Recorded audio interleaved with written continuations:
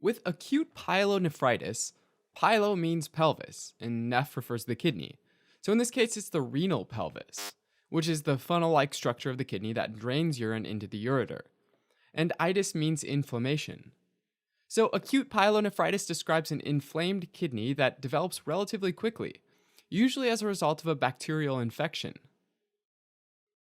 Now, a urinary tract infection, or UTI, is any infection of the urinary tract, which includes the upper portion of the tract, the kidneys and the ureters, and the lower portion of the tract, the bladder and the urethra. So, acute pyelonephritis is a type of upper urinary tract infection.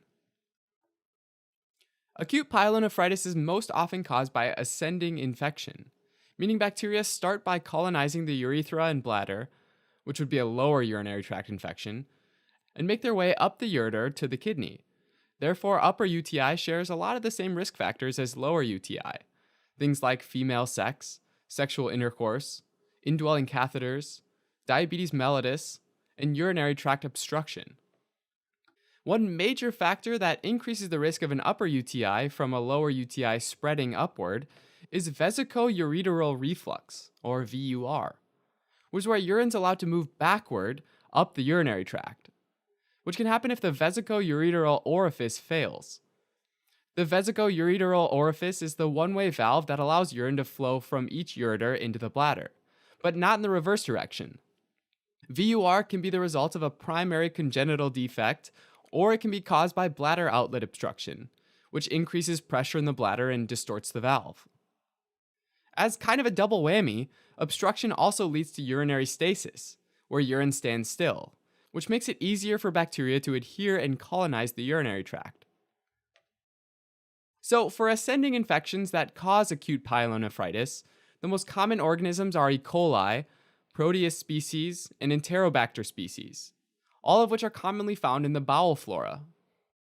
Now, it's also possible that the kidneys get infected via hematogenous infection, or spread through the bloodstream, although this is a lot less common. Usually, pyelonephritis from hematogenous spread is a consequence of septicemia or bacteremia, which is bacteria in the blood, as well as infective endocarditis, an infection of the inner layer of the heart. In these situations, the most common organisms are Staphylococcus species and, again, E. coli. Acute pyelonephritis is most often unilateral, meaning it affects just one kidney. And when bacteria mount an attack, they usually start by adhering to the renal epithelium of the tubules, which triggers an inflammatory response. Chemokines attract neutrophils to the renal interstitium, but typically the glomeruli and vessels of the kidney are spared. As neutrophils infiltrate and die off, they make their way through the urinary tract and are peed out. So people with acute pyelonephritis often have white blood cells in their urine. Sometimes the cells and the surrounding inflammatory protein debris is even casted into the shape of the tubule, which is then also peed out and is called a white blood cell cast. Patients also can present with increased white blood cells in their blood, called leukocytosis. And as a result of the inflammatory immune response, patients can also develop fevers, chills, nausea and vomiting, as well as flank pain at the costovertebral angle. These systemic symptoms are what often distinguish acute pyelonephritis from a lower urinary tract infection. Treatment's typically antibiotics and making sure that the individual stays well hydrated. Like most bacterial infections, there's also a possibility of a renal abscess that can form as a complication. Also, if there are recurrent infections, which can be the case in people with an anatomic problem that allows bacteria to easily cause infections, then it can lead to chronic pyelonephritis, as well as papillary necrosis, or death of the renal papillae tissue, which has a much worse prognosis because that can affect the kidney's overall ability to function.